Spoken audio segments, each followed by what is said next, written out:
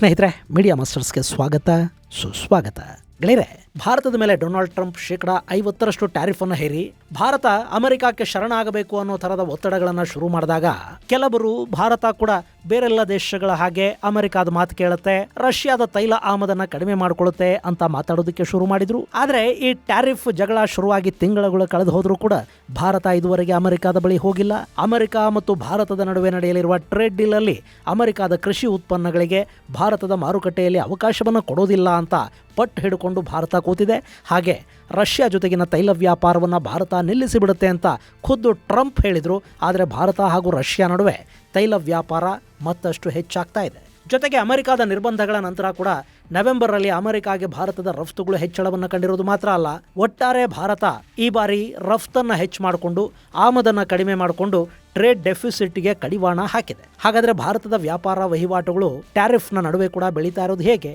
ಬನ್ನಿ ನೋಡೋಣ.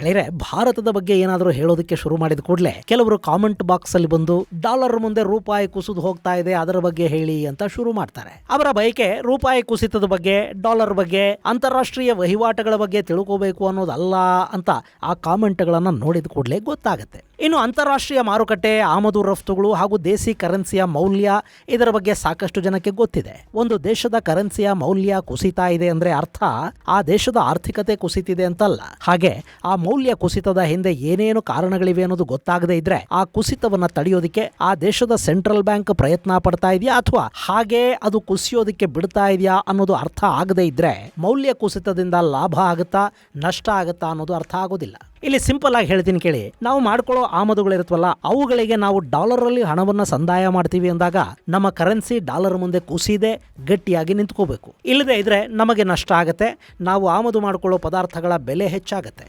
ಅದೇ ನಾವು ರಫ್ತು ಮಾಡ್ತೀವಿ ಅಲ್ವಾ, ಆ ಸಂದರ್ಭದಲ್ಲಿ ಡಾಲರ್ ಅಲ್ಲಿ ನಾವು ಹಣವನ್ನು ಪಡಿತೀವಿ ಅಂದಾಗ ನಮ್ಮ ಕರೆನ್ಸಿಯ ಬೆಲೆ ಕಡಿಮೆ ಇದ್ರೆ ಅದರಿಂದ ನಮಗೆ ಲಾಭ ಹೆಚ್ಚಾಗುತ್ತೆ.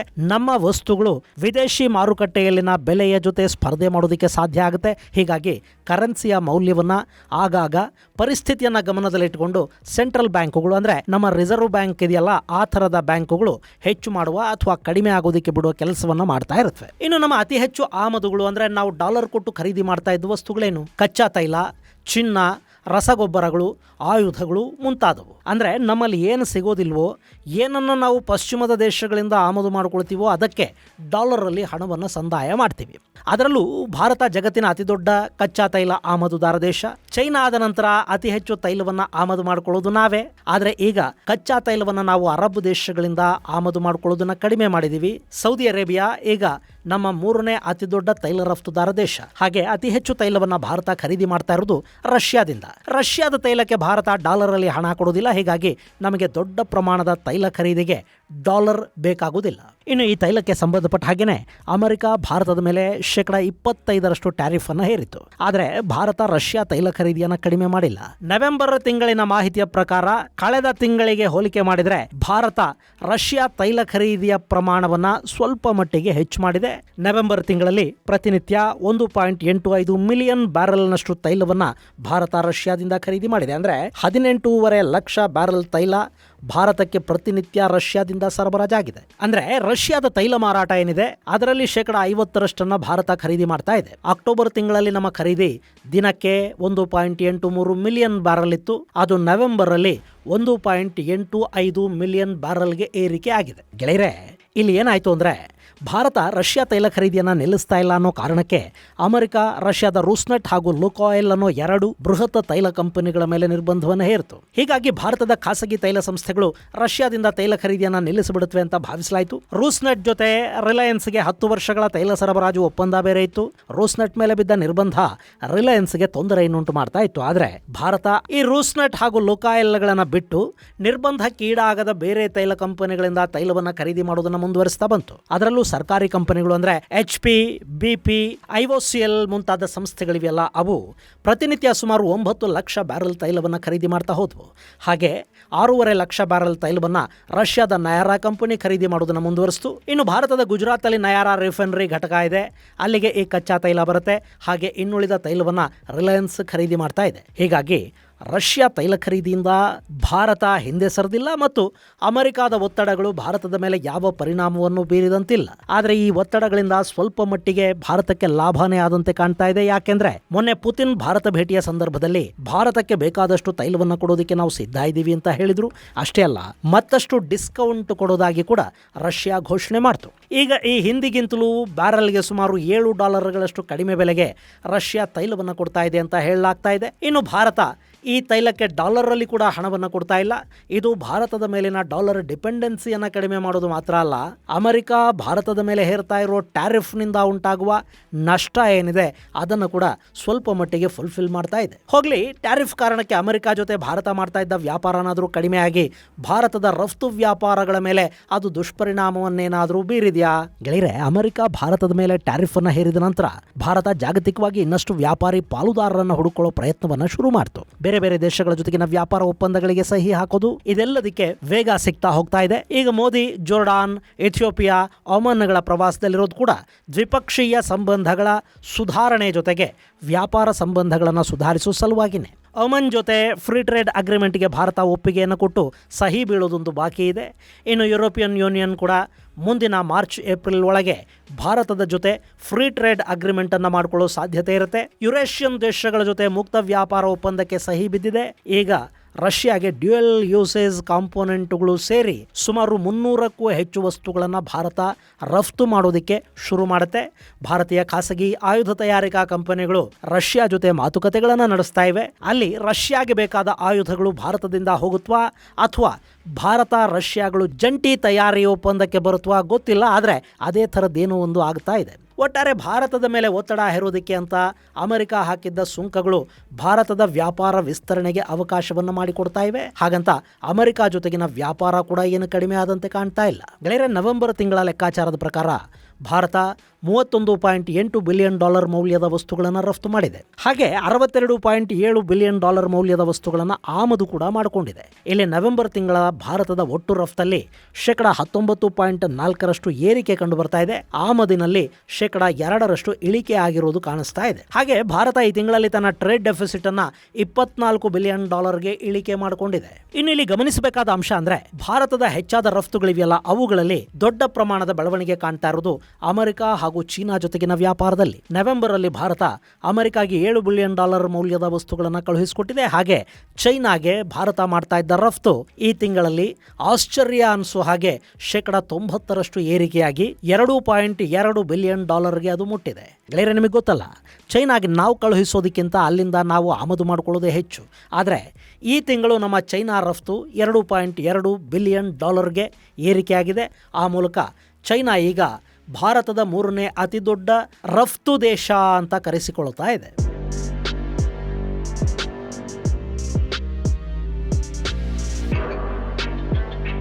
ಸ್ನೇಹಿತರೆ, ಭಾರತದ ವಾರ್ಷಿಕ ರಫ್ತನ್ನು ನಾವು ನೋಡಿದರೆ ಮೊದಲ ಸ್ಥಾನದಲ್ಲಿ ಅಲ್ಲಿ ಅಮೆರಿಕ ನಿಂತ್ಕೊಳ್ಳುತ್ತೆ. ಭಾರತದಿಂದ ಅಮೆರಿಕಾಗೆ ಸುಮಾರು $76 ಬಿಲಿಯನ್ ಮೌಲ್ಯದ ವಸ್ತುಗಳು ರಫ್ತಾಗತ್ವೆ. ಹಾಗೆ 2ನೇ ಸ್ಥಾನದಲ್ಲಿ UAE ಇದೆ. ಅಲ್ಲಿಗೆ ನಾವು $33.26 ಬಿಲಿಯನ್ ಮೌಲ್ಯದ ವಸ್ತುಗಳನ್ನು ಕಳುಹಿಸಿಕೊಡ್ತೀವಿ. 3ನೇ ಸ್ಥಾನದಲ್ಲಿ ನೆದರ್ಲ್ಯಾಂಡ್ಸ್ ಇದೆ.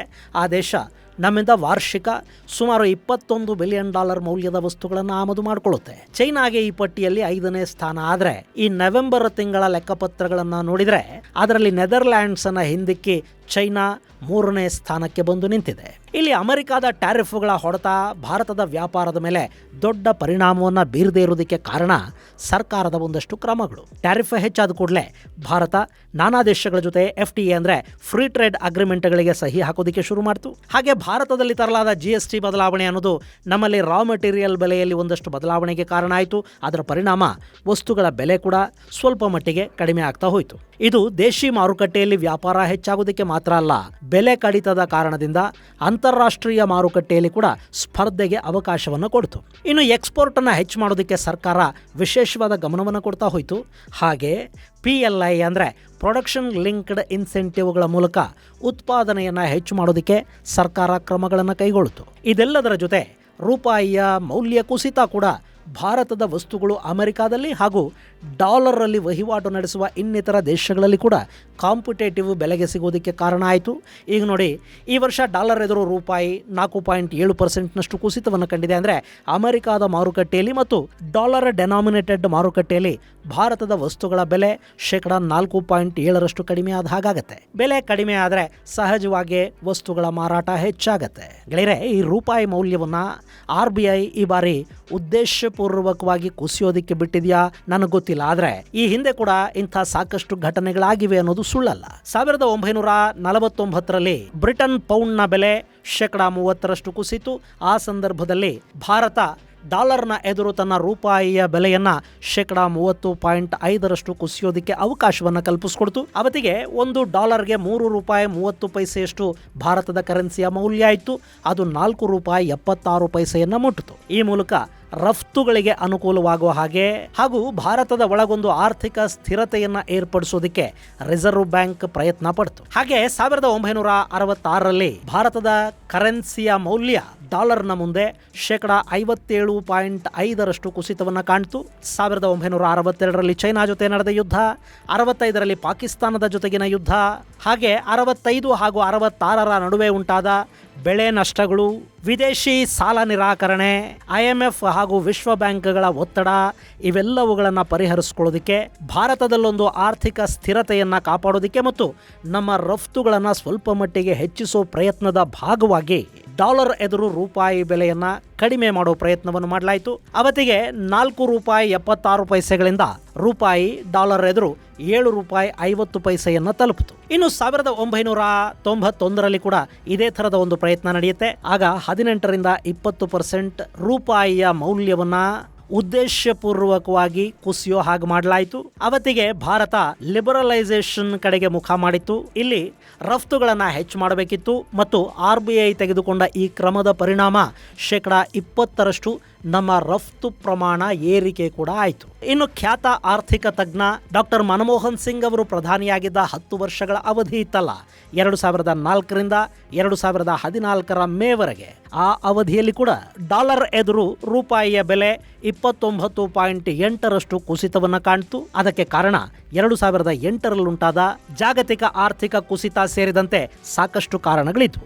ಇನ್ನು 2007ರಲ್ಲಿ $1ಗೆ $39 ಮೌಲ್ಯ 2019ರ ಹೊತ್ತಿಗೆ $68ಗೆ ಕುಸಿತು. ಆ ನಂತರ ಅದು ಸ್ವಲ್ಪ ಮಟ್ಟಿಗೆ ಸ್ಥಿರತೆಯನ್ನು ಕಾಪಾಡಿಕೊಳ್ಳೋ ಪ್ರಯತ್ನವನ್ನು ಕೂಡ ಮಾಡ್ತು. ಗೆಳೆಯರೆ, ಇಲ್ಲಿ RBIಯಲ್ಲಿ ಕುಳಿತವರು ಇರ್ತಾರೆ ನೋಡಿ, ಅವರು ನಮಗಿಂತ ಬುದ್ಧಿವಂತರೇ ಇರ್ತಾರೆ. ಯಾವಾಗ ಏನು ಮಾಡಬೇಕು ಅನ್ನೋದು ಅವರಿಗೆ ಗೊತ್ತಿರುತ್ತೆ. ಸರ್ಕಾರಗಳು ಜಸ್ಟ್ ಅವರಿಗೆ ಕೆಲಸ ಮಾಡೋದಕ್ಕೊಂದು ಅವಕಾಶವನ್ನು ಕೊಟ್ಟರೆ ಸಾಕು. ಇನ್ನು ಈಗ ಭಾರತ ಡಾಲರ್ ಮೇಲಿನ ನಿರ್ಭರತೆಯನ್ನು 10% ಕಡಿಮೆ ಮಾಡಿಕೊಂಡಿದೆ. ಅದನ್ನು ನಿಧಾನವಾಗಿ ಮತ್ತಷ್ಟು ಕಡಿಮೆ ಮಾಡೋ ಪ್ರಯತ್ನಗಳು ಕೂಡ ನಡೀತಾ ಇವೆ. ಡಾಲರ್ ಮೇಲಿನ ಡಿಪೆಂಡೆನ್ಸಿ ಕಡಿಮೆ ಆಗಿಬಿಟ್ರೆ ರೂಪಾಯಿಯ ಮೌಲ್ಯದಿಂದ ಆಗಬೇಕಾಗಿರೋದು ಏನೂ ಇರೋದಿಲ್ಲ. ಆದರೆ ಅದು ಅಷ್ಟು ಬೇಗ ಆಗೋ ಥರದ್ದಲ್ಲ, ಅದಕ್ಕಿನ್ನೂ ಸಾಕಷ್ಟು ಸಮಯ ಬೇಕಾಗತ್ತೆ. ಇದು ಗೆಳೆಯರೆ, ಟ್ಯಾರಿಫ್ನ ನಂತರ ಕೂಡ ಭಾರತ ರಷ್ಯಾ ತೈಲ ವ್ಯಾಪಾರ ಹಾಗೂ ಭಾರತ ಅಮೆರಿಕ ವ್ಯಾಪಾರಗಳು ನವೆಂಬರ್ ತಿಂಗಳಲ್ಲಿ ಹೆಚ್ಚಾಗಿರೋದರ ಕುರಿತಾದ ಒಂದಷ್ಟು ಮಾಹಿತಿ. ಮುಂದಿನ ಸಂಚಿಕೆಯಲ್ಲಿ ಮತ್ತಷ್ಟು ವಿಶೇಷಗಳ ಜೊತೆ ಮತ್ತೆ ಭೇಟಿಯಾಗೋಣ. ಅಲ್ಲಿವರೆಗೆ ಜೈ ಹಿಂದ್, ಜೈ ಕರ್ನಾಟಕ.